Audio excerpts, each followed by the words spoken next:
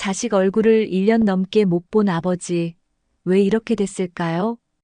자식에게 평생을 바쳤지만 지금은 서로 눈도 못 마주친 채 지내고 있다면 믿으시겠습니까? 최근 한 62세 남성이 제게 털어놓았습니다. 직장에서 은퇴하자마자 모아둔 퇴직금 일부를 아들에게 학원비와 결혼자금으로 지원했지만 정작 본인은 생활비가 부족해 다시 마트에서 박스를 나르고 있다고요. 그런데 그 아들은 지금 연락을 끊고 자유롭게 살겠다며 멀리 떠났답니다. 이건 남의 얘기가 아닙니다. 통계에 따르면 우리나라 성인 자녀 10명 중 7명은 여전히 부모에게 경제적으로 기대고 있고 이로 인해 부모 세대의 은퇴 시기가 계속 늦춰지고 있습니다. 문제는 이 과정에서 부모와 자녀 사이의 대화와 친밀감이 사라진다는 겁니다.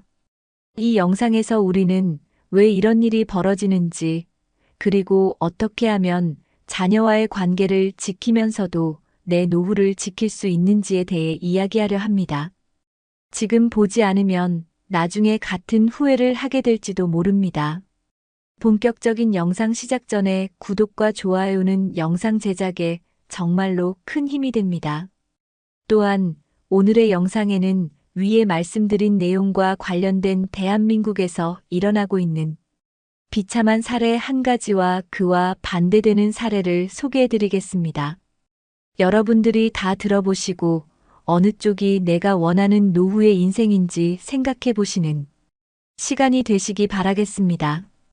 경남 창원의 한 오래된 골목, 겨울 끝자락인데도 한 남자가 얇고 바랜 반팔티 한 장에 몸을 맡긴 채 치킨 배달 박스를 찾고 있었다. 그의 이름은 윤재호. 30. 해넘게 치킨집을 운영했고 동네에서 재호 사장하면 모르는 이가 없을 정도였다. 하지만 지금 그는 치킨집 간판도 가마솥 튀김 냄새도 없이 창고 한쪽에서 배달 상자를 정리하고 있었다. 아버지, 이번 달 카드값 좀. 전화기 너머로 들려오는 둘째 아들 준혁의 목소리는 늘 그랬듯 빠르고 단호했다. 윤재호 씨는 잠시 눈을 감았다가 굳은 손으로 바지 주머니를 더듬어 남은 잔액을 확인했다. 이번 달에 이미 큰아들 결혼자금 보태준 것만 해도 5천만 원이 넘었는데 둘째의 요청은 또다시 카드값이었다. 사실 재호 씨의 치킨집은 2021년 이후 상황이 급격히 나빠졌다. 배달앱 수수료, 원자재값 폭등, 인건비까지 겹쳐가게는 버티기 힘든 지경에 이르렀다. 2023년 여름 더 이상 빚을 늘릴 수 없어. 결국 가게 문을 닫았다. 그때부터 그는 퇴직금 비슷하게 모아둔 6,200만 원으로 생활을 이어갔다.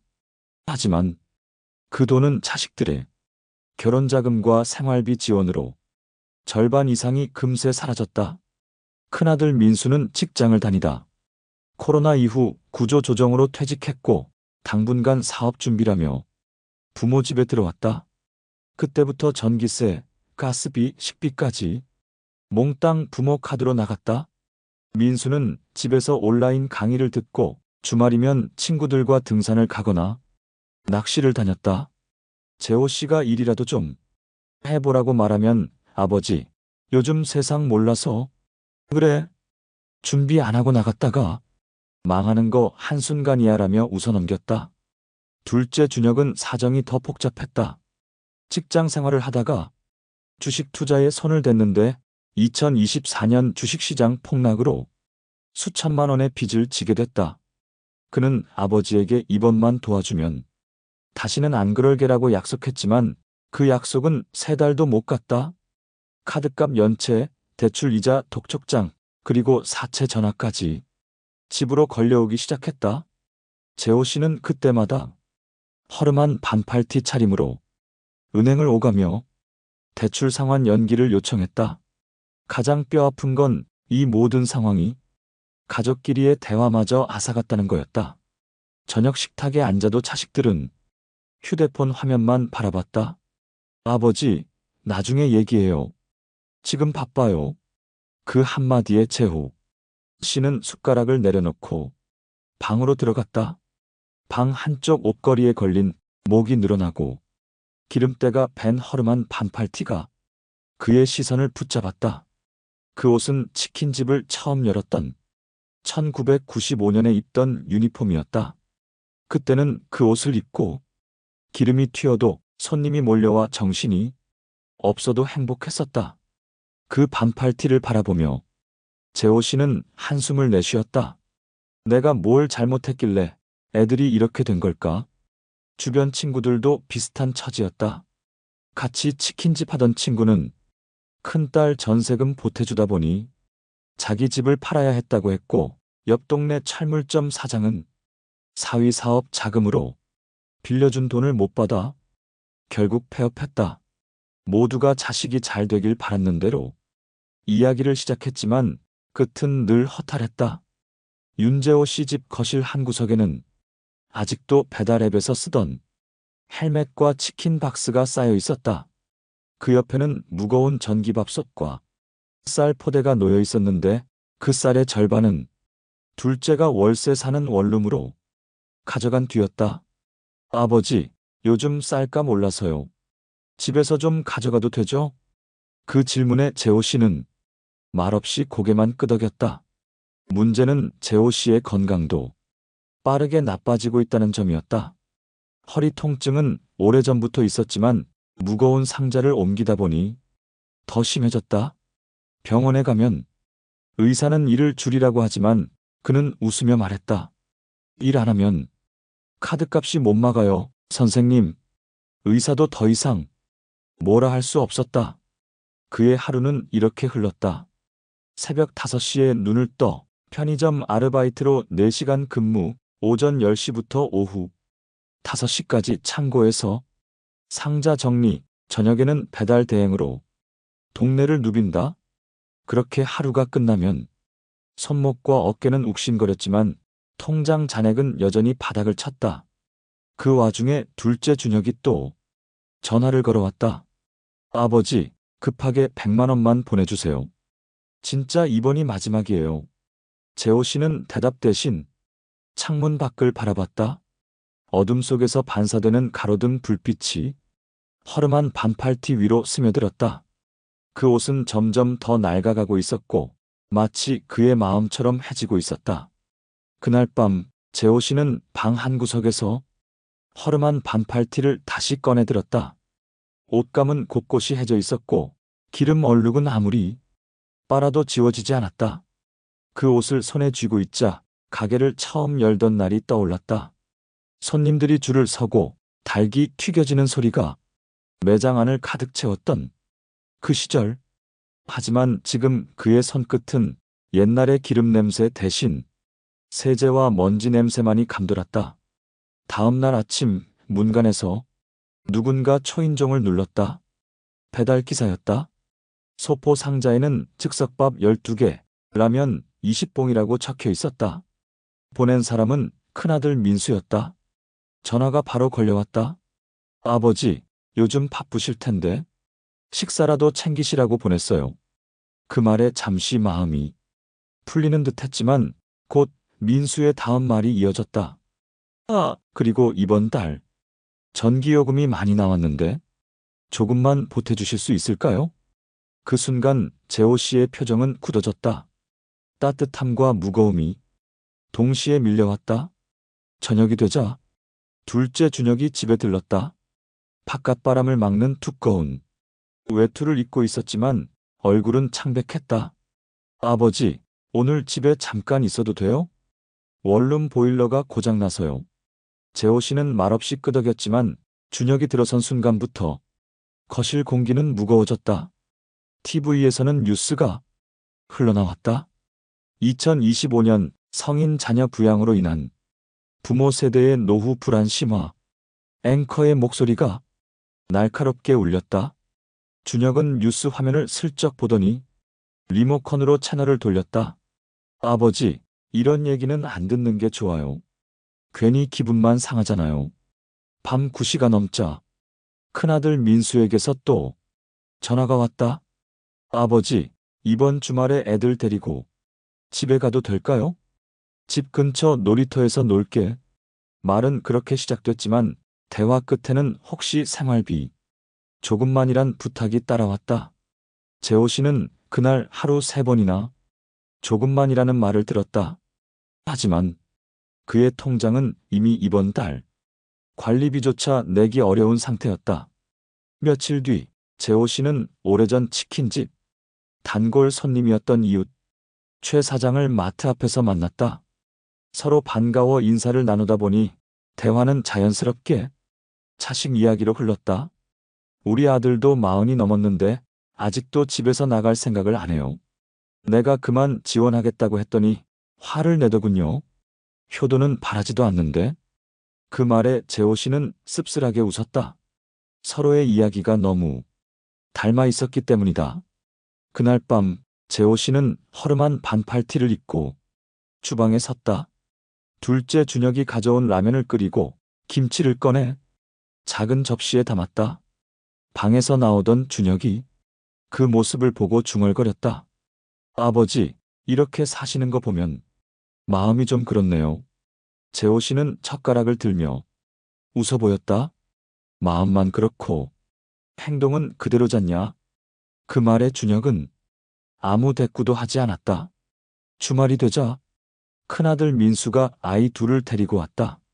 거실에는 아이들의 웃음소리가 가득했지만 그 뒤편에 놓인 전기세, 고지서와 카드 연체 독촉장이 재호 씨의 눈에 밟혔다. 손주들이 놀다 흘린 과자 부스러기 위로 바람결에 반팔티가 살짝 흔들렸다. 그 옷은 여전히 과거와 현재를 잇는 유일한 증거처럼 그 자리에 걸려 있었다. 밤이 깊어지자 민수 부부가 거실에서 재호 씨와 마주 앉았다. 아버지, 죄송하지만 다음 달에 전세 계약 연장이 있는데 보증금이 좀 모자랍니다. 민수의 말이 끝나자 재호 씨는 천천히 숨을 내쉬었다. 내가 가진 게 이제 얼마 남지 않았다. 그거 주고 나면 나도 더는 못 버틴다. 그 말을 들은 민수의 아내는 잠시 고개를 숙였다. 알아요. 그런데 지금은 정말 방법이 없어요. 그날 밤 재호 씨는 거실 불을 끄고 허름한 반팔티를 조심스럽게 접어 서랍에 넣었다. 그 옷을 다시 꺼내 입을 날이 올지 아니면 그냥 추억 속에만 남게 될지 알 수 없었다. 하지만 한 가지는 분명했다. 그의 삶은 여전히 자식들의 필요와 부탁 사이에서 흔들리고 있었다. 그리고 그 흔들림은 그의 몸보다도 마음을 더 깊이 지치게 만들고 있었다. 여러분 어떠시나요? 위의 사례는 정말 비참하고 서글픈 인생 아닌가요? 하지만 지금부터 소개해드리는 사례는 정반대의 선택으로 행복한 노후를 보내고 있는 분을 소개해드리겠습니다. 경기도 용인시의 한 아파트 단지, 봄 햇살이 들어오는 거실 창가에서 67세 정해철 씨는 커피를 내리고 있었다. 은은한 원두 향이 집안을 채우자 아내 김순자 씨가 미소를 지으며 식탁에 앉았다. 이 부부는 매일 아침을 함께 시작하는 게 습관이었다. 서로의 하루 계획을 이야기하고 필요한 일정을 조율하며 시간을 보낸다. 정해철 씨는 35년간 중견 전자부품 제조업체에서 생산관리 부장으로 근무했다. 정년퇴직은 63세에 했지만 그는 그보다 훨씬 전인 50대 초반부터 노후 준비를 본격적으로 시작했다. 은퇴는 예고 없이 오는 거야. 준비 안 하면 남은 인생이 길어도 힘들게 살 수밖에 없어. 그가 늘 후배들에게 하던 말이었다. 그의 준비는 단순한 저축이 아니었다. 첫째, 생활비와 별도로 매달 150만 원을 노후 전용 적립식 펀드에 넣었고, 둘째, 55세부터는 국민연금 수령 시기를 늦춰 월 수령액을 최대한 늘리는 전략을 썼다.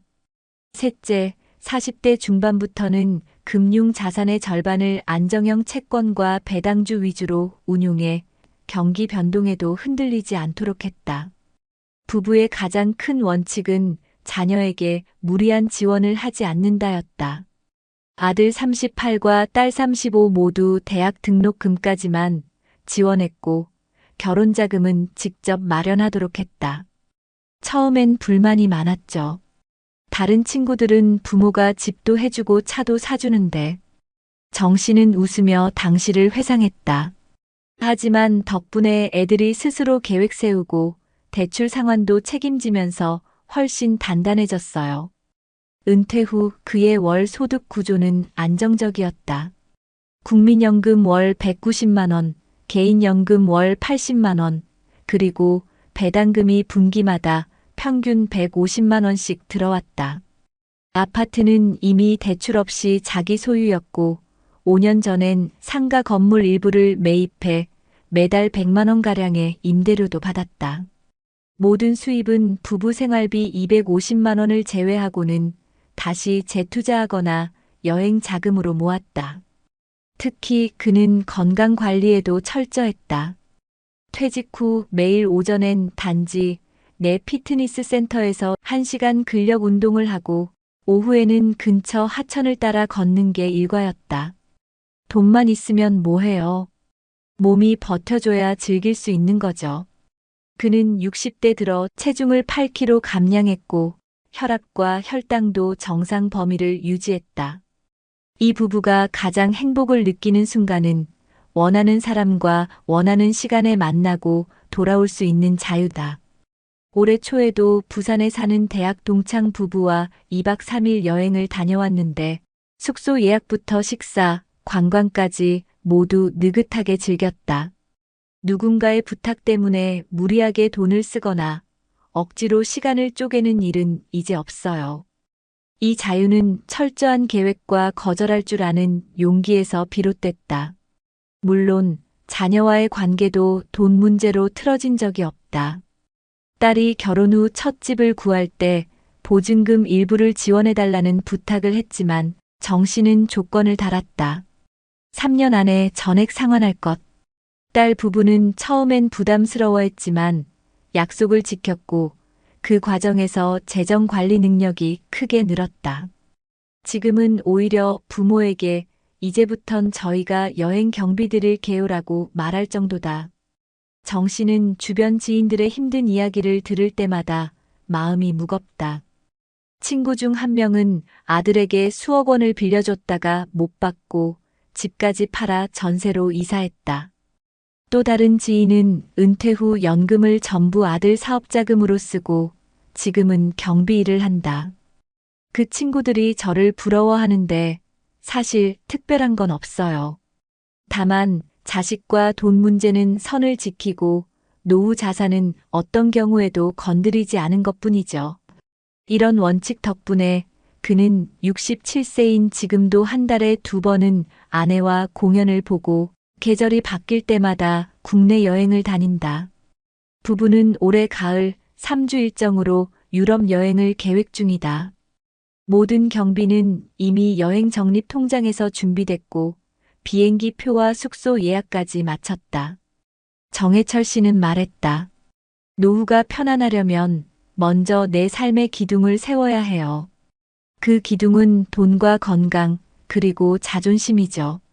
자식 사랑과 노후 준비는 서로 반대되는 게 아닙니다. 제대로 준비하면 둘 다 지킬 수 있어요.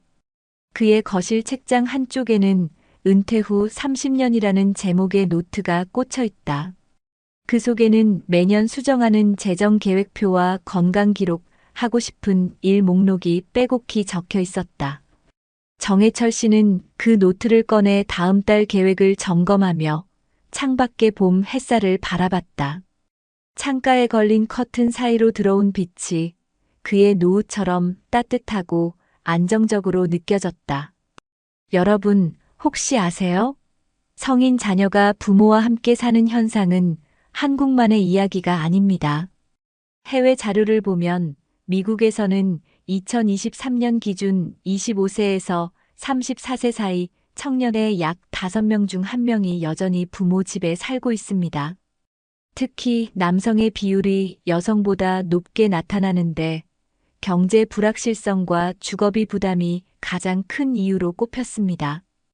영국 역시 상황은 비슷합니다.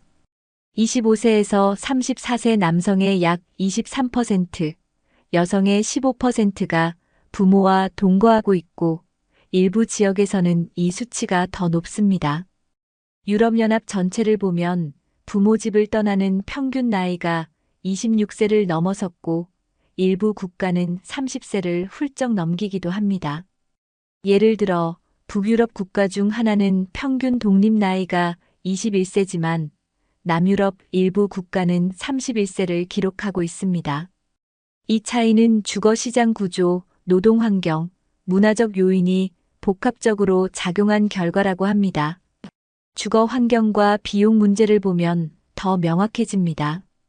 유럽연합 통계에 따르면 15세에서 29세 청년층의 약 26%가 과밀주거 환경에 살고 있고 10% 이상은 소득의 40% 이상을 주거비로 지출하는 주거비 과부담 상태에 놓여 있습니다.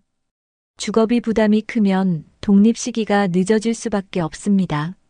실제로 영국에서는 부모은행이라는 표현이 유행하고 있는데 2023년 한 해에만 부모나 가족이 자녀의 주택 구입을 돕는 거래가 30만 건 이상 발생했고 지원 금액 총합은 80억 파운드를 넘어섰습니다.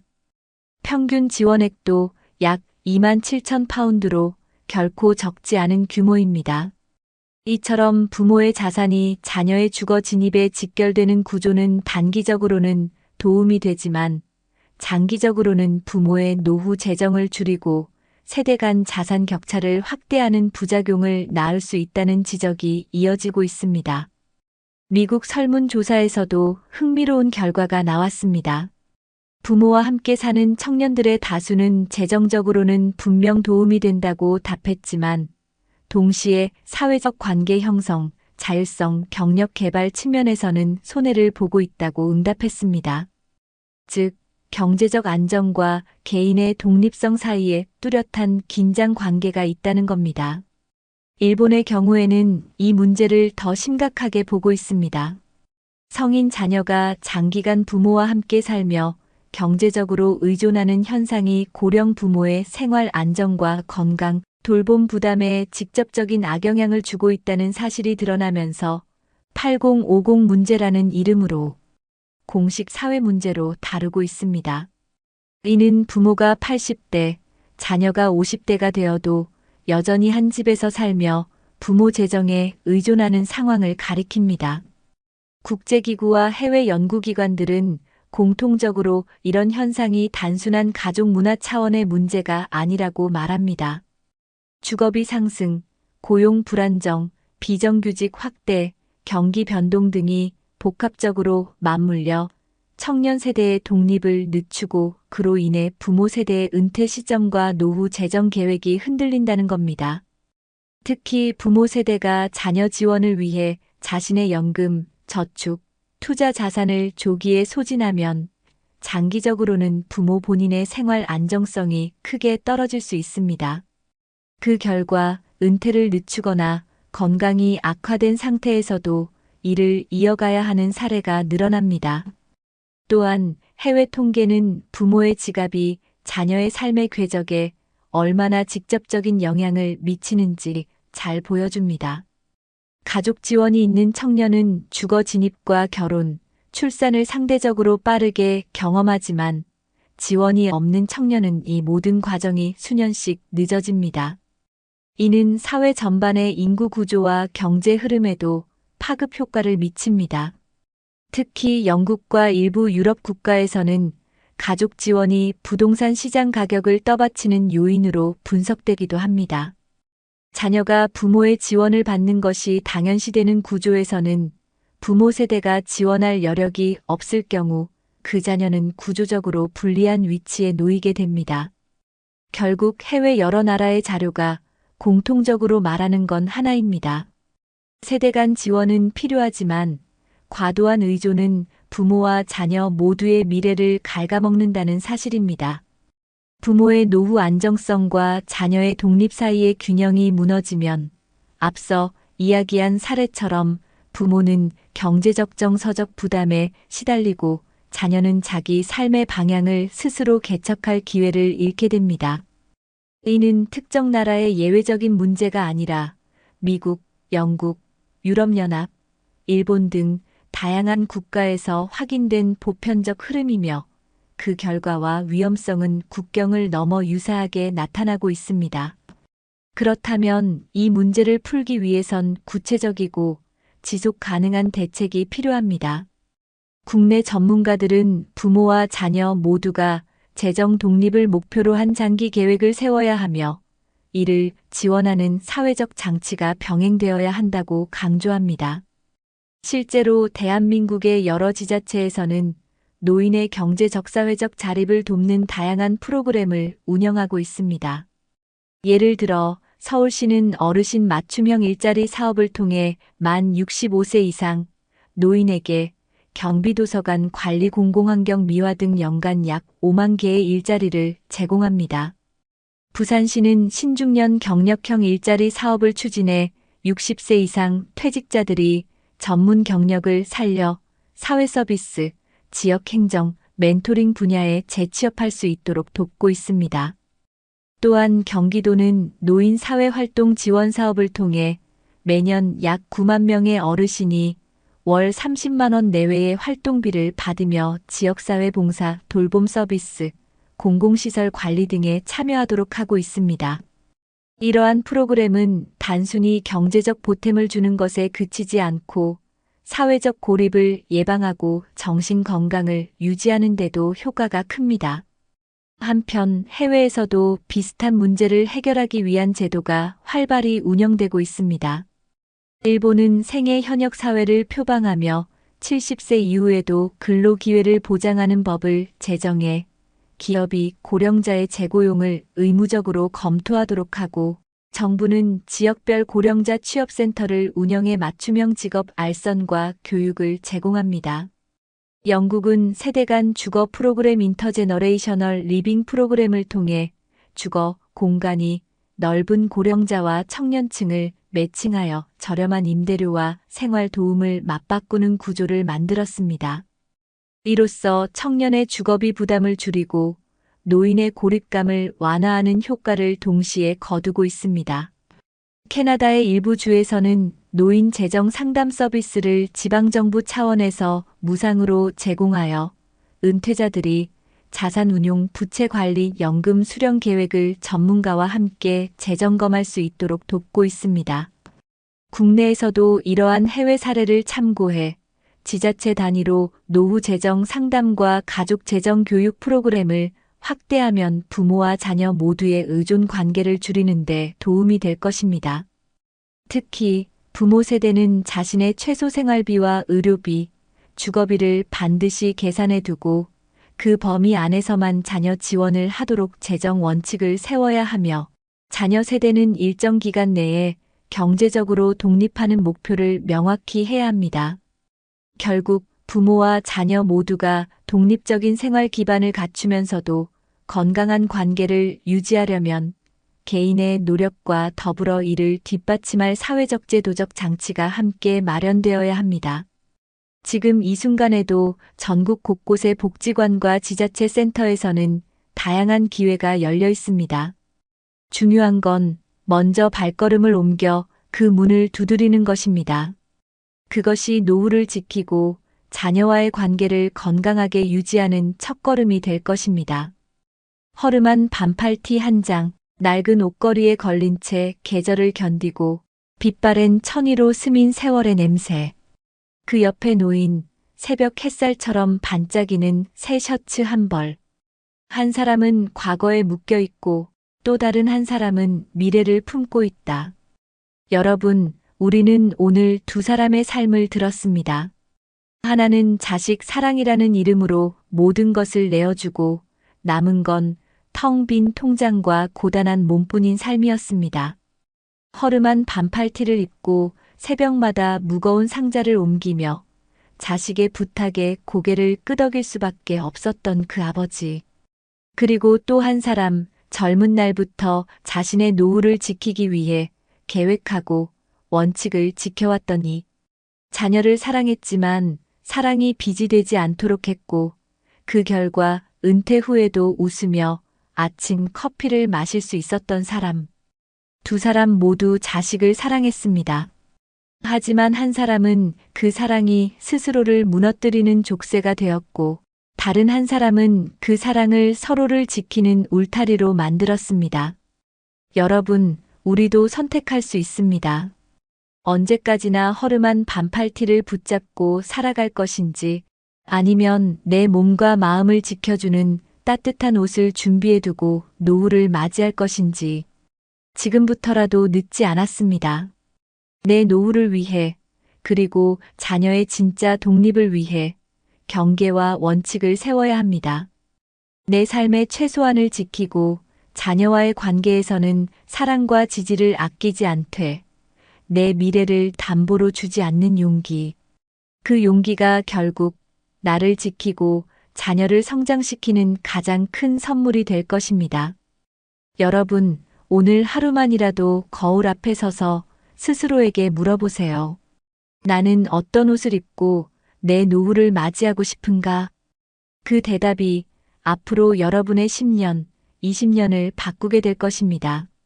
그리고 그 길 끝에는 내 손을 꼭 잡아주는 자녀의 미소와 마음 깊은 곳에서 오는 평안함이 기다리고 있을 것입니다. 혹시 알고 계셨나요? 한국 남성의 절반이 54세 이전에 첫 직장에서 밀려난다는 사실을, 그리고 그 후 절반 이상이 최저임금에 가까운 일자리로 간신히 생계를 이어간다는 현실을. 얼마 전 56세의 한 아버지가 있었습니다. 25년간 건설 현장에서 성실히 일했지만 갑작스러운 구조조정 통보 한 장에 하루아침에 실직자가 됐습니다. 퇴직금 일부는 대출 상환에, 나머지는 대학생 아들의 등록금과 부모님의 병원비로 순식간에 사라졌죠. 석 달이 지나자 통장 잔액은 세 자릿수로 줄었고 생활비를 마련하기 위해 새벽 배송 일을 시작했습니다. 그러나 체력은 예전 같지 않고 하루 벌어 하루 버티는 나날이 이어졌습니다. 혹시 이 이야기가 남의 일 같으신가요? 대한민국 50대, 60대가 맞닥뜨리는 현실은 생각보다 훨씬 빠르고 훨씬 무겁게 다가옵니다. 평균 기대 수명은 83세를 넘겼지만 안정적인 수입은 50대 초반에 끊어집니다.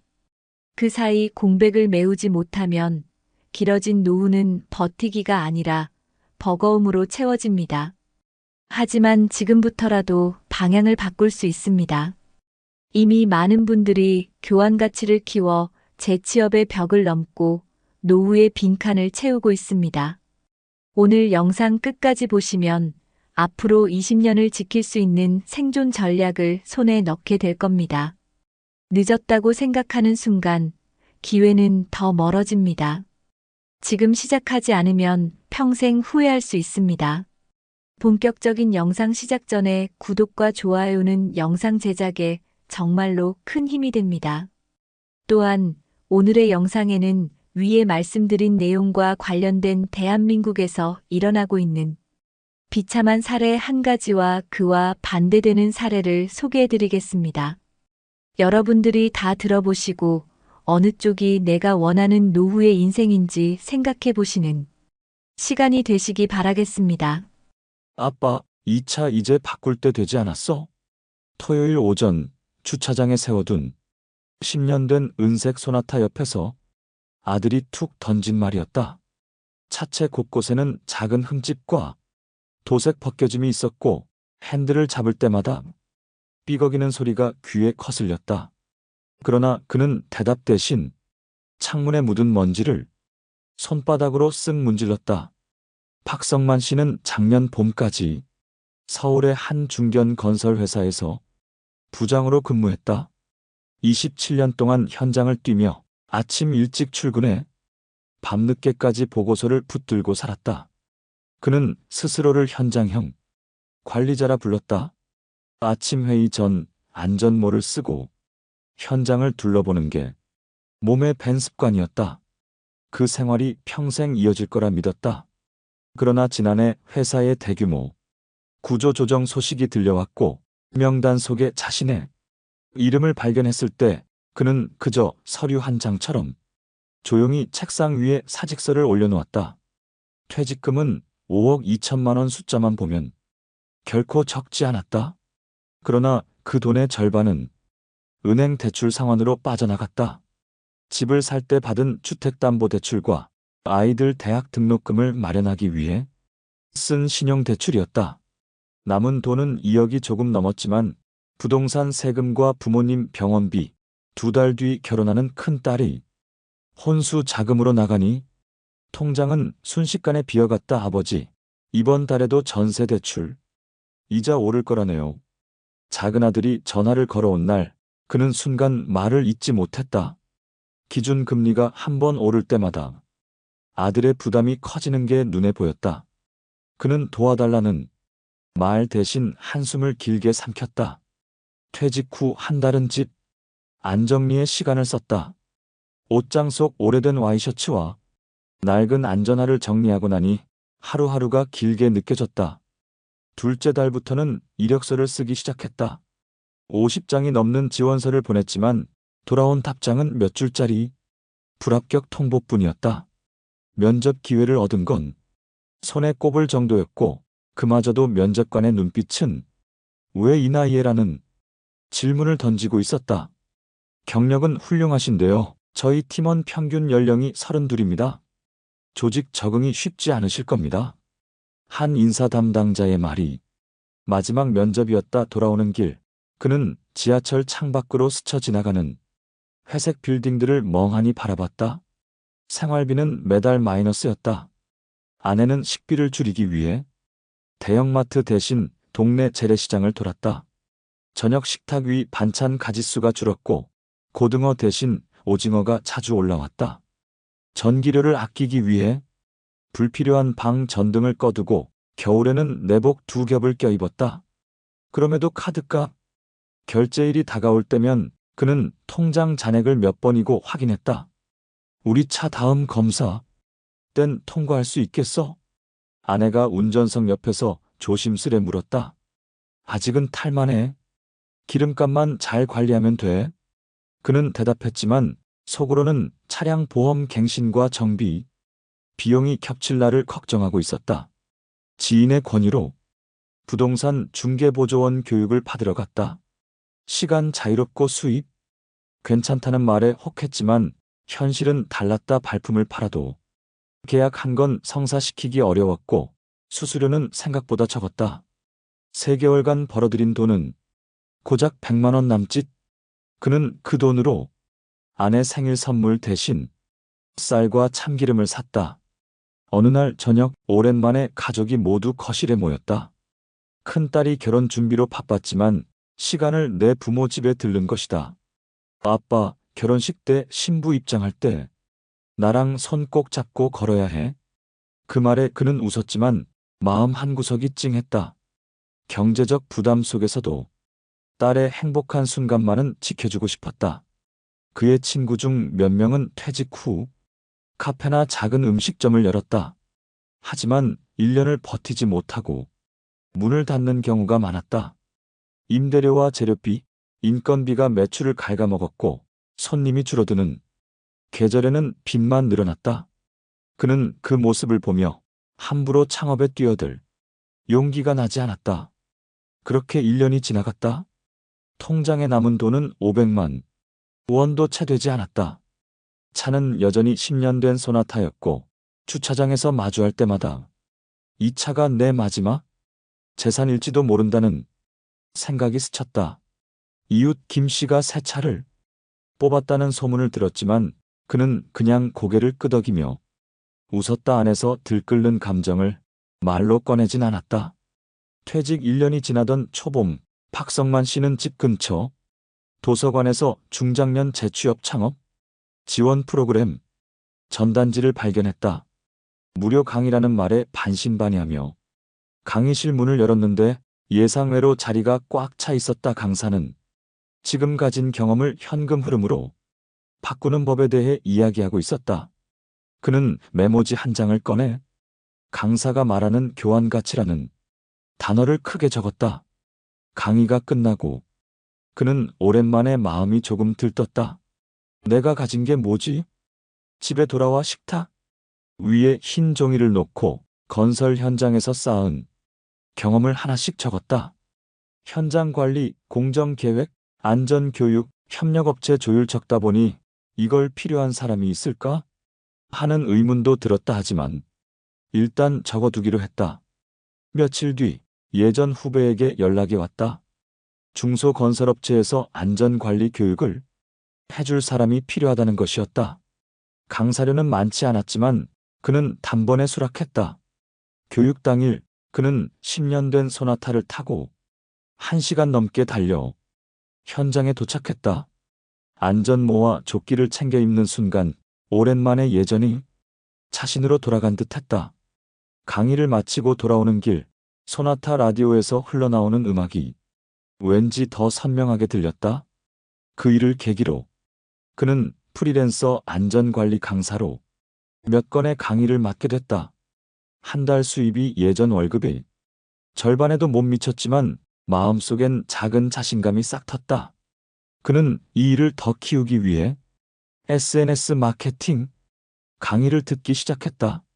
처음엔 계정 만드는 것조차 버거웠지만 현장 사진과 간단한 안전 팁을 올리자 팔로워가 조금씩 늘었다. 지방 현장까지 요청이 들어오기도 했다. 하지만 현실의 무게는 여전했다. 큰딸 결혼식이 다가오자 예식비와 혼수 대금이 몰아쳤다. 카드 결제일이 겹친 날 그는 소나타를 팔아야 하나 고민했다. 그러나 곧 마음을 접었다. 이 차 없으면 강의도 못 가잖아.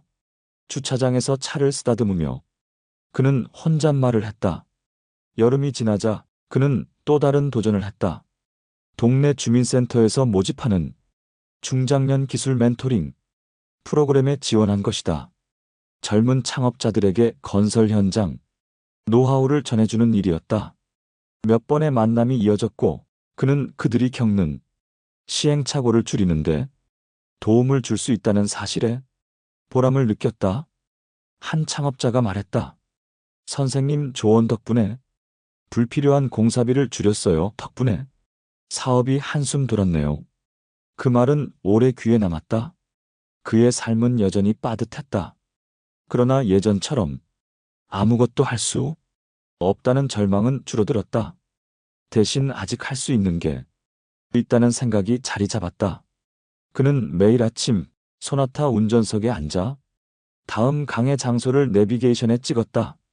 차창 밖으로 스치는 풍경은 계절에 따라 변했지만 운전석에 앉은 그의 마음가짐은 점점 단단해졌다. 연말 그는 소나타 계기판에 주행 거리를 바라보다가 문득 웃음이 났다. 이 차가 날 버틴 거네. 퇴직 후 2년 가까운 시간 동안 소나타는 그를 새로운 현장으로 새로운 사람들 앞으로 데려다 주었다. 그 안에서 그는 예전 부장 시절의 자신과 지금의 자신을 모두 안고 달리고 있었다. 그날 저녁 가족들이 모인 식탁에서 그는 조심스레 말을 꺼냈다. 내년엔 우리 가족 다 같이 여행 가자. 오래 못 가도 돼? 하루라도 아내와 아이들은 고개를 끄덕이며 웃었다. 작은 계획이었지만 그에게는 새로운 출발선 같았다. 그는 여전히 50대 후반, 참 애매한 나이에 서 있었다. 그러나 더 이상 멈춰 있지 않았다. 교환 가치를 키우며 남은 날들을 소나타와 함께 달릴 준비가 되어 있었다. 여러분 어떠시나요? 위의 사례는 정말 비참하고 서글픈 인생 아닌가요? 하지만 지금부터 소개해드리는 사례는 정반대의 선택으로 행복한 노후를 보내고 있는 분을 소개해드리겠습니다. 김정호 씨는 현재 강원도 평창의 작은 전원주택에서 아내와 함께 살고 있다. 마당에는 사과나무와 블루베리 나무가 줄지어 서 있고 봄이면 진달래와 철쭉이 담장을 물들인다. 아침 6시에 일어나면 그는 가장 먼저 텃밭으로 나가 감자를 확인하고 그 다음에는 주방 창가에 놓인 커피 머신을 켜 2잔의 커피를 내린다. 이 모든 일상은 그가 50대 초반부터 철저하게 준비해온 결과였다. 김 씨는 40대 후반까지 서울의 대기업 전자부품 회사에서 부장으로 근무했다. 당시 연봉은 업계 평균보다 높았지만 그는 소비를 절제하고 소득의 절반 이상을 저축이나 투자에 돌렸다. 30대부터 꾸준히 이어온 습관이었다. 사무실 점심시간마다 동료들이 새로 생긴 식당으로 몰려갈 때 그는 도시락을 챙겨 회사 옥상에서 식사했다. 술자리는 꼭 필요한 모임에만 참석했고 귀가길에는 지하철을 이용했다. 그의 철저한 재무 관리에는 이유가 있었다. 35살 때 아버지가 뇌졸중으로 쓰러져 장기간 요양 생활을 하게 됐다. 그때 가족이 겪었던 경제적 압박과 돌봄의 고통은 김 씨에게 깊은 교훈이 됐다. 그는 내 노후는 절대로 남에게 의존하지 않는다는 원칙을 세웠다. 50대에 접어들면서 그는 구체적인 은퇴 계획을 실행에 옮겼다. 첫째, 퇴직 시점에 목표 자산을 설정했다. 최소 8억 원의 순자산, 부채 없음, 그리고 월 250만 원 이상의 안정적인 현금 흐름이었다. 이를 위해 그는 주식, 채권, 부동산 임대 사업을 병행했다. 위험 분산을 위해 서울 외곽의 소형 아파트 2채를 전세로 주고 지방의 소형 상가 한 곳을 월세로 돌렸다. 동시에 배당주 포트폴리오를 구축해 매년 안정적인 배당금을 받았다.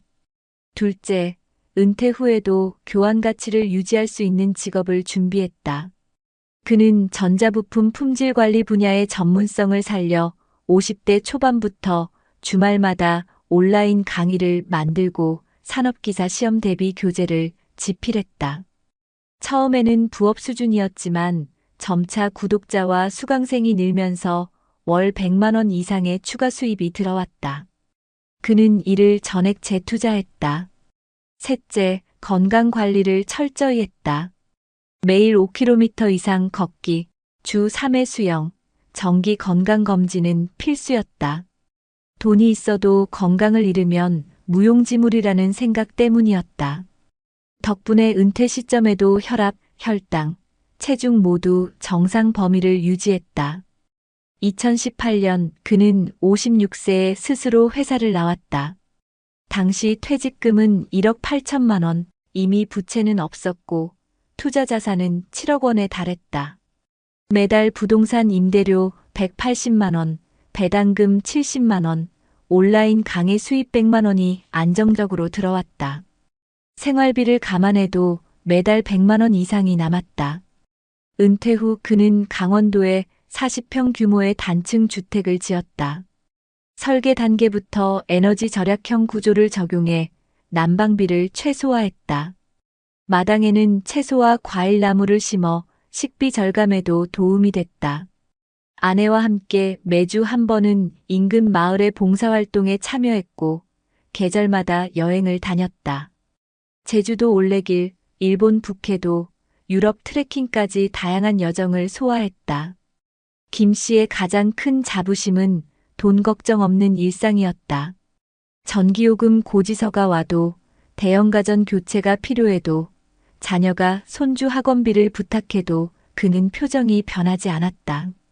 모든 지출이 계획 안에 있었기 때문이다. 그는 여전히 매월 가계부를 쓰고 자산 포트폴리오를 점검한다. 습관은 은퇴한다고 사라지지 않는다는 것이 그의 철학이다. 그의 하루는 바쁘다. 아침엔 텃밭 관리, 오후엔 온라인 강의 촬영이나 교재 집필, 저녁에는 아내와 함께 마을 도서관에서 독서 모임을 진행한다. 가끔은 예전 직장 후배들이 전화를 걸어 선배처럼 은퇴 준비를 하려면 뭐부터 해야 합니까? 라고 묻는다. 김 씨의 대답은 늘 같다. 나이 들어서도 가치를 팔 수 있는 일을 만들어두고 소비를 절제하며 건강을 지키는 겁니다. 2025년 현재 그는 자산이 은퇴 시점보다 늘어 12억 원을 넘어섰다. 주식 배당과 임대료는 물가 상승률을 웃돌았고 강의와 집필 수입은 여전히 꾸준하다. 무엇보다 그는 시간의 자유를 얻었다. 매년 봄이면 사과꽃이 필 때 딸과 사위를 초대해 바비큐 파티를 열고 여름엔 손주와 함께 계곡에서 물놀이를 한다. 가을에는 부부가 캠핑카를 타고 전국을 여행한다. 그의 집 거실 한쪽에는 세계 지도와 다음 여행지 리스트가 붙어 있다. 올해는 스페인 산티아고 순례길, 내년은 캐나다 로키 산맥이 목표다. 그는 말했다. 돈을 모으는 건 수단이고 시간을 즐기는 게 목적이죠. 준비를 하면 인생 후반전이 이렇게 달라집니다. 김정호 씨의 이야기는 단순한 성공담이 아니다. 철저한 계획, 소비 절제, 꾸준한 자기 개발, 건강 관리라는 4가지 원칙이 만들어낸 결과다. 그가 30년 전 세운 노후는 스스로 지킨다는 원칙은 지금도 변함없다. 그리고 그 원칙이 오늘도 그의 마당에 피어난 꽃과 웃음소리를 지켜주고 있다. 여러분, 전 세계 데이터를 보면 박성만 씨처럼 준비 없이 은퇴를 맞은 사람과 김정호 씨처럼 철저히 대비한 사람의 노후는 출발선부터 달라집니다. OECD가 발표한 고령사회 보고서 2024에 따르면 55세에서 64세 사이의 고용률은 회원국 평균 약 62% 수준입니다. 그런데 이 나이에 다시 일자리를 잡더라도 절반 이상이 정규직이 아닌 비정규직이나 단기 계약직에 머물고 있습니다. 미국 노동통계국의 분석은 더 구체적입니다. 55세 이상 장년층이 기존 경력과 다른 업종으로 재취업하면 평균 임금이 퇴직 전보다 25%에서 30%가량 줄어드는 것으로 나타났습니다. 즉, 벌이는 줄고 지출은 유지되거나 늘어나면서 은퇴 이후 자산 소진 속도가 급격히 빨라지는 구조입니다. 이런 이유로 창업을 선택하는 경우도 많지만 여기에도 큰 위험이 도사리고 있습니다. 미국 소기업청과 유럽연합 집행위원회의 통계에 따르면 55세 이상 창업자의 사업체 5년 생존율은 약 45% 수준에 불과합니다. 초기 자본과 경험이 충분하더라도 경기 변동, 임대료 상승, 운영비 증가에 대응하지 못하면 폐업 위험이 높아집니다. 실제 영국 국가통계청 자료에서도 55세 이후 창업자의 평균 사업 지속 기간이 3년 남짓에 불과하다고 보고되고 있습니다. 반대로 김정호 씨처럼 은퇴 전부터 다변화된 수익 구조를 마련해 둔 경우에는 상황이 크게 달라집니다. 캐나다 통계청의 분석에 따르면 은퇴 전에 부동산 임대료, 금융자산 배당, 프리랜스나 컨설팅 수입 등 최소 3개 이상의 안정적인 현금 흐름을 갖춘 가구는 그렇지 않은 가구에 비해 은퇴 후 빈곤율이 약 60% 낮았습니다. 이처럼 소득원을 여러 갈래로 두는 것은 자산 유지뿐 아니라 생활의 안정감과 심리적 여유를 동시에 지켜줍니다. 기술 변화에 대한 적응력도 중요한 변수입니다. 유럽연합 통계청이 2023년에 발표한 자료에 따르면 55세에서 64세 인구 중 기본적인 디지털 기술을 갖춘 비율이 절반에 미치지 못했습니다. 그러나 이러한 기술을 보유한 고령층의 고용률은 그렇지 않은 집단보다 평균 15%포인트 이상 높게 나타났습니다. 미국, 호주, 캐나다를 포함한 OECD 회원국을 대상으로 한 성인 역량 조사 PIAAC에서도 55세 이상 그룹은 25세에서 34세 그룹에 비해 디지털 문제 해결 능력 점수가 평균 30점 낮았는데 이 격차가 재취업과 소득 창출 기회에 직접적인 영향을 미친다는 분석이 나왔습니다. 김정호 씨가 온라인 강의와 콘텐츠 제작으로 수익을 유지할 수 있었던 것도 바로 이 디지털 역량 덕분입니다. 건강관리 또한 재정 안정성과 직결됩니다. 세계보건기구 WHO와 세계은행 월드 뱅크의 공동 연구에 따르면 고령층 가구의 약 10%에서 12%가 매년 재앙적 의료비 지출을 경험한다고 합니다. 이는 가처분 소득의 40% 이상을 의료비로 쓰는 경우를 말하며 장기 요양과 치료비는 예상보다 훨씬 빠르게 자산을 잠식합니다. 의료비 부담이 커질수록 경제활동을 지속할 체력과 여유가 줄어들고 결국 생활 수준 전반이 하락하게 됩니다. 이 모든 통계와 연구가 전하는 메시지는 단순하고도 명확합니다. 은퇴 이후의 안정은 우연히 찾아오는 것이 아니라 계획과 준비에서 비롯됩니다. 소득원을 하나만 두는 것은 위험하며 은퇴 전부터 수익 구조를 다각화하고 기술 변화에 대비하며 건강을 꾸준히 관리하는 것이 필수입니다. OECD와 국제노동기구 ILO 역시 고령층의 노동시장 경쟁력을 유지하기 위한 핵심 전략으로 평생학습, 디지털 역량 강화, 그리고 은퇴 전 현금 흐름 다변화를 공통적으로 권고하고 있습니다. 해외의 수많은 사례와 데이터가 보여주듯 박성만 씨처럼 아무 대비 없이 은퇴하면 몇 년 안에 자산이 빠르게 줄어들 수밖에 없습니다. 반면 김정호 씨처럼 장기 계획과 다변화된 수익 구조, 기술 적응, 건강 관리까지 병행한 사람은 길어진 은퇴 기간에도 안정과 자유, 그리고 자신이 원하는 삶을 누릴 수 있습니다. 그렇다면 지금부터는 앞서 살펴본 현실을 바탕으로 전문가들이 권하는 실천 방안과 현재 대한민국 각 지자체에서 실제로 운영 중인 노인 지원 프로그램, 그리고 해외에서 유사한 문제를 해결하기 위해 시행 중인 제도까지 한 번에 정리해 드리겠습니다. 전문가들은 공통적으로 은퇴 이후 안정적인 생활을 위해 세 가지를 강조합니다. 첫째, 수입원을 다변화하라. 둘째, 기술과 건강을 동시에 관리하라. 셋째, 지역사회 자원을 적극 활용하라. 실제로 서울시는 중장년 제도약 지원센터를 통해 50대, 60대를 대상으로 무료 직업훈련, 사회적 기업 창업 컨설팅, 일자리 알선 서비스를 상시 제공하고 있습니다. 경기도는 5060 신중년 일자리 박람회를 매년 개최해 경력 매칭형 재취업과 공공분야 단기 프로젝트를 연결하고 있으며 부산시는 신중년 경력형 일자리 사업을 통해 행정 지원, 문화관광 해설, 지역 돌봄 서비스 등 다양한 분야에서 월 60시간에서 120시간 근무 기회를 제공합니다. 전라북도는 귀농귀촌 교육 프로그램을 운영하며 농촌 정착 지원금, 농기계 사용 교육, 판로 개척까지 연계하고 있습니다. 이런 프로그램들은 모두 예산 지원과 사후관리 체계를 갖추고 있어 본인의 경험과 적성을 살려 안정적으로 사회에 복귀할 수 있는 발판이 됩니다. 건강관리 측면에서도 지자체의 지원은 확대되고 있습니다.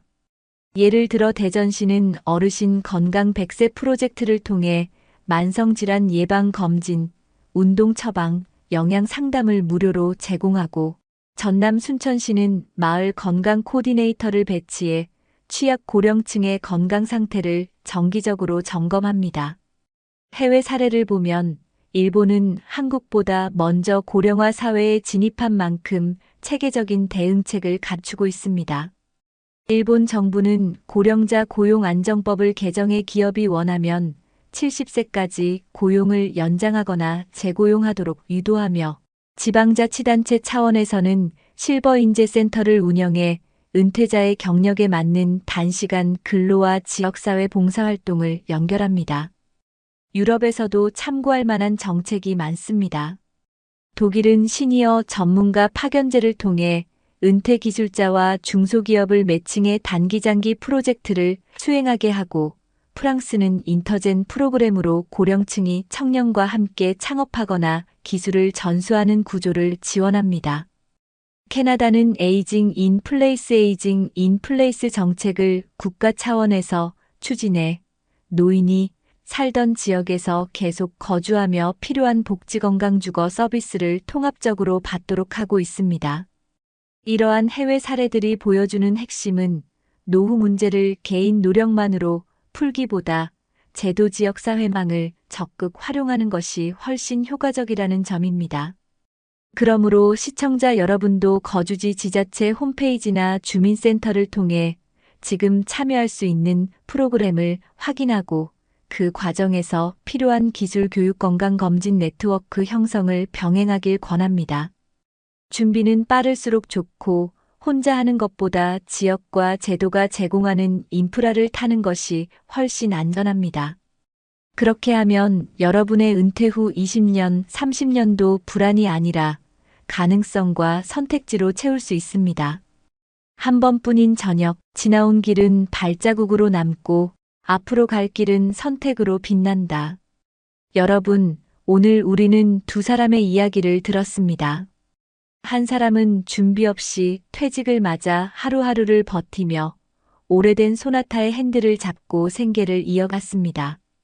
또 다른 한 사람은 수십 년 전부터 미래를 그리며 은퇴 후에도 자신이 만든 수익과 건강, 그리고 자유를 즐기고 있습니다.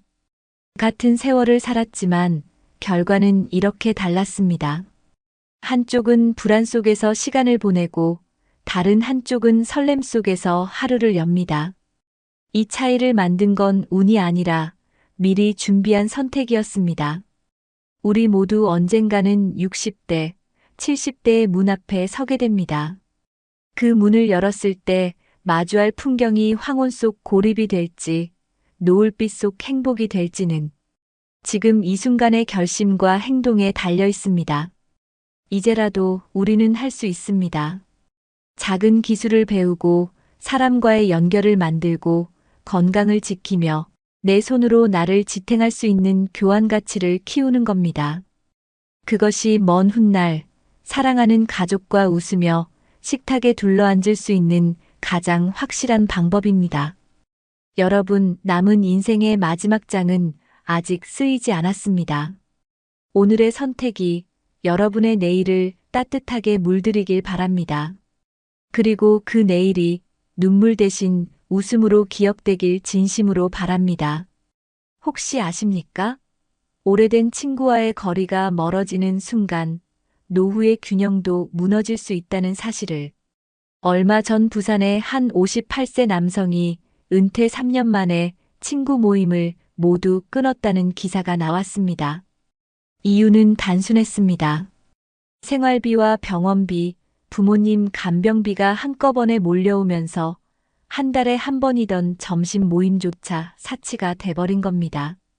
이렇게 친구와의 관계가 멀어지는 건 단순히 인간관계의 문제가 아닙니다. 최근 통계에 따르면 65세 이상 1인 가구 중 5명 중 1명은 위급할 때 의지할 사람이 없다고 답했습니다.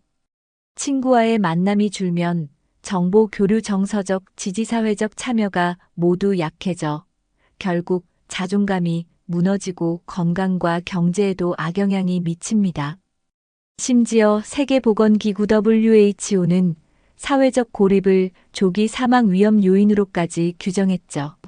한번 생각해 보세요.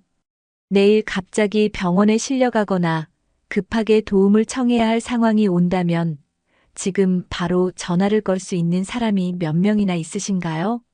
오늘 영상에서 우리는 왜 나이 들수록 친구와의 격차가 커지고 그로 인해 노후가 힘들어지는지 그리고 그 악순환을 끊는 방법까지 이야기하려 합니다. 놓치면 아마 당신도 그 격차 속에 조용히 갇혀버릴지도 모릅니다. 본격적인 영상 시작 전에 구독과 좋아요는 영상 제작에 정말로 큰 힘이 됩니다. 또한 오늘의 영상에는 위에 말씀드린 내용과 관련된 대한민국에서 일어나고 있는 비참한 사례 한 가지와 그와 반대되는 사례를 소개해드리겠습니다. 여러분들이 다 들어보시고 어느 쪽이 내가 원하는 노후의 인생인지 생각해보시는 시간이 되시기 바라겠습니다. 박진수 씨는 올해 64입니다. 스스로를 한때 영업으로 전국을 누볐던 사람이라고 소개하지만 요즘은 발걸음이 집 앞 마트까지도 무겁습니다. 그가 신고 다니는 갈색 구두는 벌써 앞코 가죽이 닳아 광택이 사라졌습니다. 신발장 한쪽에 구겨져 있는 그 낡은 구두는 과거 전국을 뛰어다니며 거래처 사람들을 만나고 친구들과 술잔을 부딪히던 시절의 흔적이 고스란히 남아있는 유일한 물건입니다. 박 씨는 30년 넘게 중견기업 영업사원으로 일했습니다. 월요일 아침 첫 기차를 타고 지방 거래처를 돌고 금요일 늦은 밤에야 집에 돌아오는 생활이었죠. 출장 가방과 함께 그 낡은 구두는 늘 그의 발밑에 있었습니다. 한번 닦아주면 새 것처럼 반짝이던 신발이었는데 그가 중얼입니다. 퇴직 후로는 그 구두를 신을 일이 거의 없어졌습니다. 그는 3년 전 정든 회사를 떠나면서 퇴직금 1억 2천만 원을 받았습니다. 처음에는 여유가 있다고 생각했습니다. 아내와 함께 강원도로 여행도 다녀오고 친구들과 점심 모임에도 빠짐없이 나갔습니다. 모임은 늘 웃음과 추억으로 가득했죠. 하지만 2022년 겨울 아내의 허리 수술과 본인의 고혈압 치료가 겹치면서 상황은 달라졌습니다. 병원비와 약값이 한 달 생활비의 절반을 차지하기 시작했습니다. 그 무렵 오랫동안 이어오던 친구 모임의 변화를 느꼈습니다. 예전에는 분기마다 돌아가며 밥값을 냈는데 어느 순간부터는 비싼 식당이 당연한 듯 자리 잡았습니다. 박 씨는 모임 날이면 낡은 구두를 꺼내 닦고 나섰지만 마음 한구석이 무거웠습니다. 한번 모임에 나가면 하루치 병원비가 훌쩍 나가버리니 웃으며 대화에 끼는 것이 점점 힘들어졌습니다. 작년 여름 모임 자리에서 친구 한 명이 새로 구입한 외제차 사진을 보여주며 올해는 유럽으로 가족여행 간다고 자랑하던 순간 박 씨는 괜히 물 한 모금을 크게 삼켰습니다. 같은 테이블에 앉아 있었지만 그는 점점 다른 세계에 있는 사람처럼 느껴졌습니다. 그 이후로 모임에 나가는 횟수는 절반으로 줄었습니다. 요즘 바빠서 몸이 좀 안 좋아서 그는 늘 비슷한 핑계를 댔습니다. 대신 주말이면 동네 공원에 나가 혼자 걷거나 집 근처 작은 커피숍에서 시간을 보냈습니다. 커피를 마시다 보면 문득 휴대폰 화면에 모임 단체방의 알림이 쏟아집니다. 사진 속에는 웃고 있는 친구들의 모습, 길게 늘어선 고급 요리, 반짝이는 와인잔이 보입니다. 처음에는 괜찮다고 생각했습니다. 그러나 어느 날 한밤중에 갑자기 심장이 두근거려 숨이 가빠졌을 때 문득 떠오른 얼굴이 없다는 사실을 깨달았습니다. 예전 같으면 이 시간에도 전화 받을 친구가 몇 명 있었는데 이제는 떠올리기가 힘들었습니다. 아내는 그냥 연락해보라고 했지만 그는 휴대폰을 쥔 채 한참을 망설이다가 화면을 꺼버렸습니다. 괜히 패만 될 거야라는 생각이 먼저 들었기 때문입니다. 그날 밤 신발장에 있던 낡은 구두를 꺼내 발끝으로 살짝 밀어봤습니다. 먼지가 잔뜩 묻은 구두는 마치 그에게 말을 거는 듯 했습니다. 한때 너와 함께였던 사람들이 이제는 저 먼 곳에 있구나. 올해 초 그는 친구 한 명의 환갑잔치에 초대받았습니다. 장소는 도심의 유명 호텔 뷔페였고 참석자 대부분이 반짝이는 구두나 고급 시계를 차고 있었습니다. 그는 낡은 구두를 신었습니다. 그 구두만이 여전히 편했고 그 시절의 자신을 기억해주고 있었기 때문입니다. 하지만 식사 자리에서 친구들이 주고받는 대화 속에 자신의 이야기를 끼워 넣을 틈은 없었습니다. 누군가는 은퇴 후 시작한 사업이 잘 돼서 1년에 2번씩 해외를 간다고 했고 다른 누군가는 자녀 결혼 준비로 수억 원을 썼다는 이야기를 꺼냈습니다. 그날 집으로 돌아오는 길, 박 씨는 지하철 창문에 비친 자신의 모습을 오래 바라봤습니다. 주름진 얼굴, 반질반질했던 구두의 바랜 색, 그리고 어쩐지 더 작아진 어깨.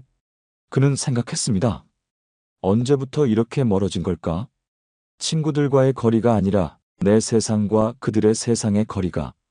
요즘 그는 구두를 잘 꺼내지 않습니다. 대신 운동화를 신고 동네를 걷습니다. 하지만 신발장 문을 열 때마다 한쪽에 놓인 그 낡은 구두가 눈에 들어옵니다. 닳아버린 앞코와 해진 굽이 그와 함께했던 수많은 길과 시간을 조용히 증명하고 있습니다. 박진수 씨는 모임에 나가는 대신 집 근처 무료 건강검진 안내문을 꼼꼼히 챙겨봅니다. 은퇴 전에는 이런 안내문에 관심을 둔 적이 거의 없었지만 이제는 비용이 드는 모든 일을 먼저 계산하게 됩니다. 아내는 늘 건강이 먼저니까 돈 생각하지 말자고 말하지만 박 씨는 가끔 고개를 저으며 계산기를 두드려 봅니다. 약가, 공과금, 식비, 그리고 가끔 발생하는 갑작스러운 지출. 퇴직 당시 1억이 넘던 퇴직금은 어느새 절반 가까이 줄어 있었습니다. 그가 마지막으로 친구에게 먼저 전화를 건 건 지난해 봄이었습니다. 오랜만에 밥 한 끼 하지? 라는 짧은 말에 돌아온 대답은 이번 달은 스케줄이 꽉 찼다. 다음에 보자였습니다. 그 친구의 말투에 악의는 없었지만 박 씨는 수화기를 내려놓고 한참 동안 멍하니 있었습니다. 그리고는 그날 저녁 혼자 집 근처 시장에서 5,000원짜리 곰탕을 사와서 먹었습니다. 아내와의 대화도 변했습니다. 예전엔 퇴근 후 저녁상 앞에서 그날 있었던 일이나 친구 이야기를 늘어놓곤 했는데 요즘은 오늘은 별일 없었어로 끝나는 날이 많아졌습니다. 아내도 어느 순간부터 더 묻지 않았습니다. 대신 아침마다 나갈 때 운동화 신고 나가 구두는 이제 발 아프잖아라고 말하곤 했습니다. 그렇다고 해서 그가 친구들을 완전히 잊은 건 아닙니다. 가끔은 단체방에서 올라오는 사진을 조용히 눌러봅니다. 봄꽃이 만발한 공원에서 찍은 단체 사진, 호텔 조식처럼 차려진 아침, 식사, 바닷가에서 건배하는 장면들. 그 속에 예전처럼 웃고 있는 자신의 모습은 없습니다. 박 씨는 관계를 유지하기 위해 나름의 방법을 시도했습니다. 동네 복지관에서 하는 무료 컴퓨터 강좌에 등록해 카카오톡과 영상통화 쓰는 법을 다시 배웠습니다. 멀리 가지 않아도 화면으로 얼굴을 보면서 안부를 묻는 것도 좋겠다는 생각에서였습니다. 하지만 연락하려고 휴대폰을 손에 쥘 때마다 혹시 내가 필요할 때만 연락하는 사람처럼 보이면 어쩌나라는 생각이 먼저 들었습니다. 2025년 물가와 생활비는 계속 올랐습니다. 동네 반찬 가게 김치값이 한 통에 3만 원을 훌쩍 넘자 박 씨는 직접 담그기로 했습니다. 장을 보러 시장에 나가니 예전에 거래처에 납품하던 사장님을 우연히 만났습니다. 사장님은 반가운 얼굴로 박 과장, 오랜만이네. 요즘 뭐 해?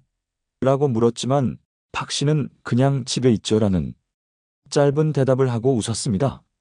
사장님이 등을 두드리며 시간 날 때 연락해라고 했지만 그는 그 말이 진심인지 형식인지 구분하기 어려웠습니다. 봄이 끝나갈 무렵 박 씨는 집 근처에서 열린 작은 벼룩시장을 찾았습니다. 구경하던 중 한 구두 수선장이 눈에 들어왔습니다. 낡은 구두를 꺼내 보여주자 수선공은 잠시 보더니 이건 가죽이 다 상했네요. 그래도 밑창은 갈 수 있습니다라고 말했습니다. 박 씨는 잠시 망설였지만 결국 그냥 두겠습니다라고 대답했습니다. 수선비가 생활비에서 빠져나가는 게 아까웠고 무엇보다 그 구두를 다시 신을 일이 떠오르지 않았기 때문입니다. 여름이 되자 친구들 모임에서 단체 여행 계획이 올라왔습니다. 3박 4일 제주도 렌터카 포함 1인당 70만 원. 박 씨는 메시지를 읽고 바로 화면을 껐습니다. 대신 아내와 집 앞 버스 정류장에서 시내버스를 타고 한강변을 걸었습니다. 강바람이 시원했지만 마음 한쪽이 허전했습니다. 그러던 어느 날 옛 친구 한 명에게서 전화가 왔습니다. 진수야, 너 요즘 왜 모임 안 나오냐? 다들 궁금해한다. 박 씨는 웃으며 좀 바빠서라고 대답했지만 수화기 너머의 침묵이 길게 이어졌습니다. 그리고 친구는 그래도 내 자리 비면 허전하다라고 덧붙였습니다. 그 말에 박 씨는 순간 목이 메었습니다. 그날 밤 신발장 앞에 서서 낡은 구두를 꺼냈습니다. 한동안 닦지 않아 먼지가 소복이 쌓여 있었지만 여전히 발 모양을 그대로 간직하고 있었습니다. 손바닥으로 구두를 쓸어내리며 그는 오래전 출장길, 비 오는 날 거래처 앞에서 우산을 들고 기다리던 친구의 얼굴을 떠올렸습니다. 그때는 서로를 당연히 곁에 있을 사람으로 여겼는데 지금은 그마저도 쉽지 않습니다. 요즘 박 씨는 가끔 작은 다짐을 합니다. 한 달에 한 번만이라도 연락하자. 그 약속이 쉽지는 않지만 구두를 볼 때마다 그는 그 시절로 잠시 돌아갑니다. 함께 걸었던 길, 함께 나눴던 웃음, 그리고 그 속에서 서로를 지켜주던 온기. 여러분 어떠시나요? 위의 사례는 정말 비참하고 서글픈 인생 아닌가요?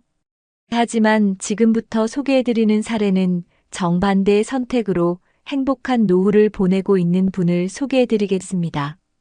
이성호 가명 씨는 올해 62입니다. 은퇴 전까지는 수도권에 본사를 둔 대기업 계열사의 재무팀에서 32년간 근무했습니다. 성격이 꼼꼼하고 계획적인 그는 40대 초반부터 이미 퇴직 후 20년을 머릿속에 그리며 살았습니다. 그가 가장 먼저 세운 원칙은 가계부를 평생 쓴다였습니다. 월급날이 되면 아내와 함께 식탁 위에 앉아 가계부를 펼치고 고정지출, 변동지출, 저축, 투자 금액을 정확히 나눴습니다. 50대 초반 주변 친구들이 해외여행과 새 차 구입으로 소비를 늘릴 때도 이 씨는 한 발 물러섰습니다. 여행은 은퇴 후에 천천히 가도 늦지 않아. 지금은 기반을 다질 때야. 당시 동료들이 너무 아끼는 거 아니냐고 농담을 던졌지만 그는 웃으며 가계부를 덮었습니다. 그의 준비는 단순히 돈을 모으는데 그치지 않았습니다. 은퇴 후를 대비해 부업과 취미를 겸한 소득원을 마련한 것이었습니다.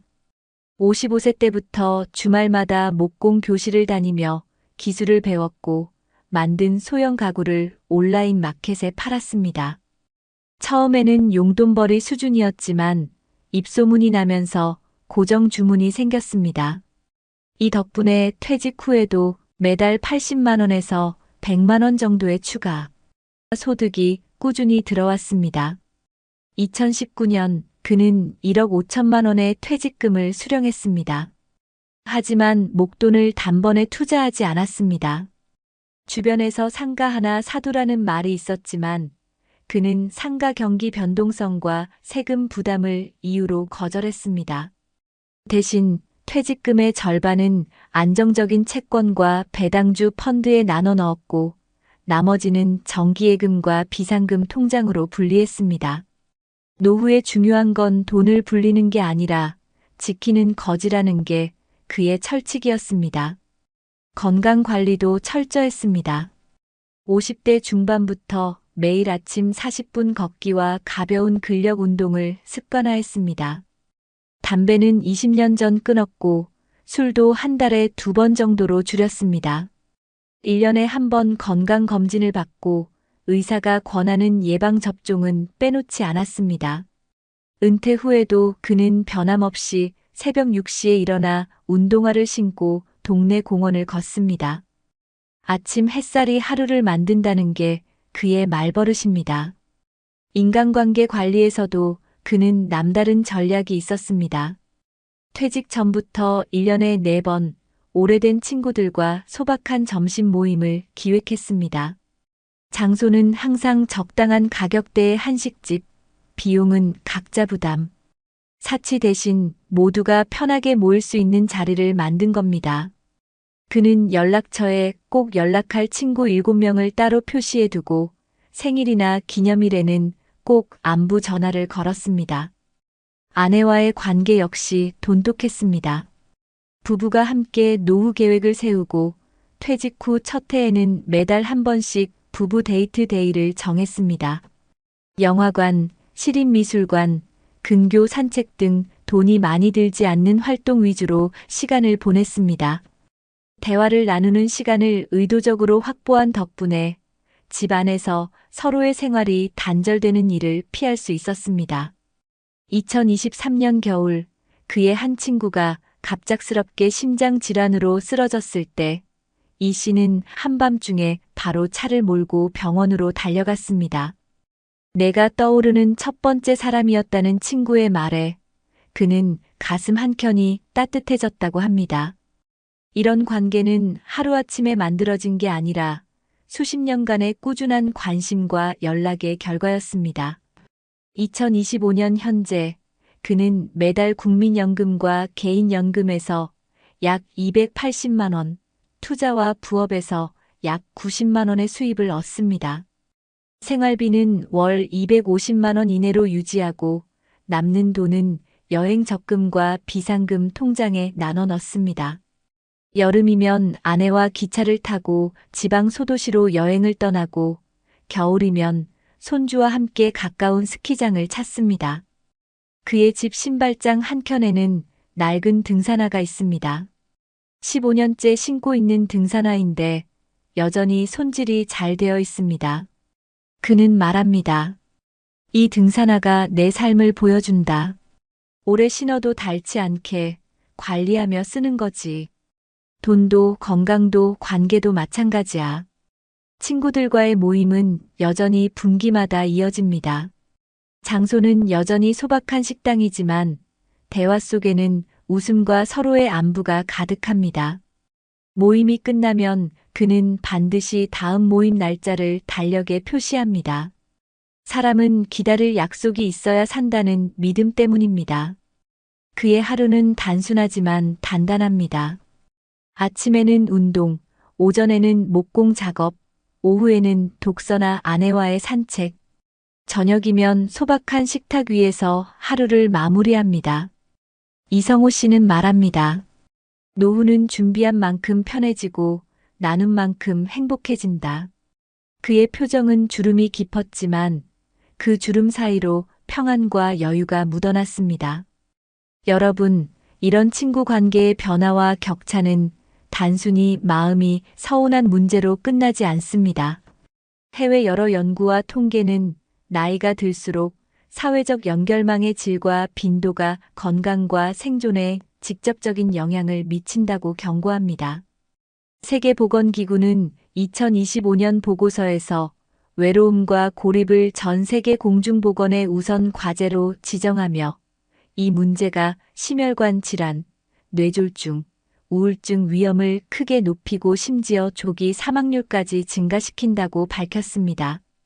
미국 보건당국의 분석에 따르면 사회적 고립은 사망 위험을 약 29% 높이고 외로움은 약 26% 높이며 심혈관 질환과 뇌졸중 위험 역시 각각 29%, 32% 증가할 수 있다고 합니다. 반대로 강한 사회적 관계를 가진 사람은 그렇지 않은 사람에 비해 생존 가능성이 평균 50% 더 높다는 대규모 메타 분석 결과도 있습니다. 유럽연합이 2022년 실시한 고독 실태 조사에서는 지난 4주 동안 대부분 또는 항상 외로웠다고 답한 인구 비율이 평균 13%에 달했고, 때때로 외롭다까지 포함하면 약 3명 중 1명이 고독을 경험한 것으로 나타났습니다. 이렇게 전 세계가 겪는 연결의 약화는 팬데믹 이후 더 심해졌고, 특히 은퇴 건강 악화 소득 감소가 겹치는 중장년층과 노년층에서 두드러집니다. OECD 역시 65세 이상 인구 비중이 2022년 약 18%에서 2050년 약 27%까지 늘어날 것으로 전망하며 고령 사회에서 관계 단절 위험이 구조적으로 커질 수 있다고 경고합니다. 생활비와 물가 상승도 무시할 수 없습니다. 캐나다의 한 장기 연구에서는 고령층 가구에서 주거 의료 에너지 비용이 전체 지출의 70% 이상을 차지하면 사회적 활동 참여율이 절반 이하로 떨어지는 것으로 나타났습니다. 결국 교통비, 식사비, 디지털 기기 구입비 등 관계 유지 비용이 심리적 장벽이 되어버리는 겁니다. 반대로 해외의 성공적인 노후 사례에서는 공통점이 뚜렷합니다. 첫째, 생활비 범위 안에서 꾸준히 모임과 교류를 이어갈 수 있는 구조를 만들어 놓았다는 점입니다. 둘째, 오프라인뿐 아니라 영상 통화 메신저 같은 디지털 도구를 활용해 물리적 거리를 극복했습니다. 셋째, 연금 배당 저위험 채권 등 안정적인 현금 흐름을 확보해 관계 유지 비용이 부담되지 않도록 설계했습니다. 미국 국립노화연구소는 노년층이 주당 최소 2번 이상 의미 있는 대화를 나누는 사람과의 직접 또는 비대면 접촉을 유지할 것을 권장하며 이런 생활 습관이 우울증 발병 위험을 30% 가까이 낮출 수 있다고 보고합니다. 영국에서 진행된 한 프로젝트는 55세 이상 참여자를 5년간 추적한 결과 정기적으로 모임 취미 봉사 활동에 참여한 그룹이 그렇지 않은 그룹보다 삶의 만족도가 평균 20% 이상 높았고 인지기능 저하 속도도 완만했습니다. 이런 통계와 연구는 결국 한 가지를 말합니다. 나이가 들수록 관계를 넓히는 것보다 적더라도 깊고 꾸준한 관계를 유지하는 것이 건강과 삶의 질에 훨씬 더 큰 영향을 준다는 것입니다. 그리고 그 관계를 지키려면 시간과 노력을 의도적으로 투자하는 것이 필수입니다. 그렇다면 이런 문제를 예방하고 두 번째 사례처럼 건강하고 안정된 노후를 보내기 위해서는 어떤 준비가 필요할까요? 전문가들은 공통적으로 관계의 깊이와 지속성을 지키는 생활 습관을 핵심으로 꼽습니다. 단순히 연락을 유지하는 수준이 아니라 일상 속에서 꾸준히 만남과 교류를 이어갈 수 있는 구조를 만드는 것이 중요합니다. 이를 위해 가장 먼저 생활비 범위 안에서 참여할 수 있는 지역 프로그램을 찾아보는 것을 권합니다. 실제로 서울시의 어르신 문화즐김 지원 사업은 구단위 복지관과 연계해 합창단, 전통무용 서예, 컴퓨터 교실 등 60세 이상 주민이 무료 또는 소액으로 참여할 수 있는 강좌를 운영하며 참여자들은 자연스럽게 또래 친구를 만들고 정기적으로 만나게 됩니다. 경기도의 5060 신중년 사회공헌 활동은 은퇴자에게 재능 기부와 봉사 기회를 제공해 새로운 사회적 네트워크를 형성하게 하고 일정 활동비도 지급합니다. 부산시의 행복한 동행 사업은 홀몸 어르신과 지역 봉사자를 1대1로 연결해 주 1회 이상 안부 전화를 하거나 함께 산책하는 프로그램으로 사회적 고립을 예방하는 데 효과를 보고 있습니다. 전문가들은 이런 프로그램을 적극적으로 활용하면 경제적 부담 없이 관계를 유지할 수 있을 뿐 아니라 새로운 기술이나 취미를 배우는 과정에서 자신감과 자존감까지 높일 수 있다고 강조합니다. 해외에서도 비슷한 문제를 해결하기 위한 다양한 정책과 법이 시행되고 있습니다. 예를 들어 일본은 2018년 지역 포괄케어 시스템을 법제화해 고령자가 자신이 살던 지역에서 의료돌봄 주거생활 지원 서비스를 통합적으로 받을 수 있도록 하고 동네 커뮤니티 센터를 중심으로 취미와 교류 프로그램을 활성화하고 있습니다. 영국은 고독 전략을 국가 차원에서 수립해 고독 담당 장관을 임명하고 지역 자치단체에 커뮤니티 카페, 정원 가꾸기 모임, 운동 동아리 등을 지원하는 예산을 배정했습니다. 캐나다 온타리오주는 에이지 프렌들리 커뮤니티 정책에 따라 각 지방정부가 노인 친화적 교통, 무료 평생학습 강좌, 멘토링 프로그램을 제공하도록 의무화했습니다. 이러한 해외 사례는 공통적으로 물리적 거리와 경제적 장벽을 낮추고 참여의 기회를 넓히는 것을 목표로 합니다. 따라서 우리나라에서도 각 지자체가 제공하는 프로그램을 적극적으로 활용하고 필요하면 시군구청 복지과를 통해 참여 방법과 지원 내용을 문의하는 것이 좋습니다. 여기에 더해 자신만의 관계 유지 루틴을 만드는 것도 중요합니다. 예를 들어 매달 첫째 주 토요일은 옛 친구에게 전화를 하는 날로 정하거나 2주에 한 번은 지역 복지관 프로그램에 참석하는 등 생활 속에 자연스럽게 관계 유지 행동을 심어두는 것입니다. 전문가들은 이런 작은 습관이 장기적으로 고립을 예방하고 삶의 만족도를 높이는 결정적 요인이 된다고 말합니다. 결국 건강한 노후는 거창한 계획보다 실천 가능한 작은 행동에서 시작됩니다. 지금 사는 동네에서 오늘 당장 참여할 수 있는 모임과 프로그램을 찾아보는 것, 그것이 고립을 막고 행복한 노후를 여는 첫걸음입니다. 낡은 구두 한 켤레, 오래 닦은 손길처럼 마음도 관계도 닳지 않게 지켜내리. 여러분, 오늘 우리가 만난 두 사람의 이야기를 기억하시나요? 한 사람은 은퇴 후 친구와의 거리가 멀어지면서 그 간극이 마음의 고립이 되고 삶의 무게가 되어버렸습니다. 낡은 구두만이 그 시절을 기억하는 유일한 벗이었죠. 다른 한 사람은 미리부터 관계를 지키고 경제와 건강을 함께 준비하며 나이가 들어도 웃을 수 있는 자리를 스스로 만들었습니다. 그의 하루는 단순했지만 그 속에는 평안과 여유가 있었습니다. 이 차이는 결코 하루아침에 생긴 게 아닙니다. 미리 준비한 사람과 그렇지 못한 사람의 선택이 수년 후 전혀 다른 풍경을 만들어낸 것입니다.